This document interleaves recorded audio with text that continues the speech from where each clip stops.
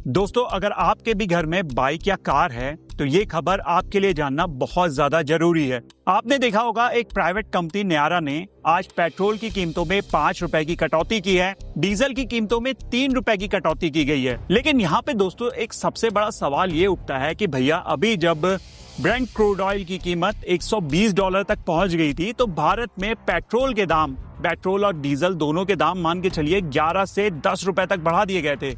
लेकिन आज की डेट में जब ब्रेंट क्रूड ऑयल आपका ईरान और अमेरिका का युद्ध शांत होने के बाद $70 के करीब पहुंच चुकी है, तो फिर सिर्फ एक प्राइवेट कंपनी 5 रुपए सी छोटी सी कटौती पेट्रोल के दामों में क्यों कर रही है और डीजल में 3 रुपए की कटौती की जा रही है।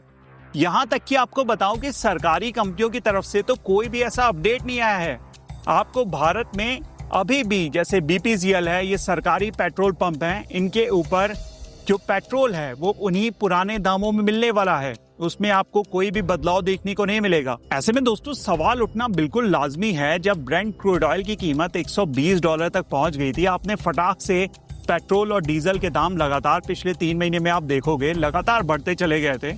और अब जब ब्रेंट क्रूड ऑयल सस्ता हो गया है तो इतनी कम कटौती आम जनता को क्यों दी जा रही है? क्या आपको नहीं लगता कि आम जनता के साथ ये ठगी की जा रही है? क्या आपको नहीं लगता कि सरकार को इसके ऊपर कोई कदम उठाना चाहिए? क्या जिस तरीके से पेट्रोल की कीमतें बढ़ गई थी, क्या उसी तरीके से पेट्रोल और डीजल के दाम कम नहीं किए जा सकते हैं? क्या आज भी सरकारी कंपनियों को उसी तरीके का घाटा उठाना पड़ रहा है? जिस तरीके के सवाल उठ रहे थे, जिस तरीके के आर्टिकल हम लोग ने देखे थे कि जब ब्रेंट क्रूड ऑयल $120 के करीब पहुंच गया है तो सरकारी कंपनियों को लाखों अरबों करोड़ का घाटा हो रहा था, इस तरीके के आर्टिकल चल रहे थे। क्या अभी जब ब्रेंट क्रूड ऑयल सस्ता हो गया है तो उन कंपनियों को मुनाफा नहीं हो रहा होगा? क्या आपको नहीं लगता कि सरकारी तेल कंपनियों को अब पेट्रोल और डीजल के दाम कम कर देने चाहिए?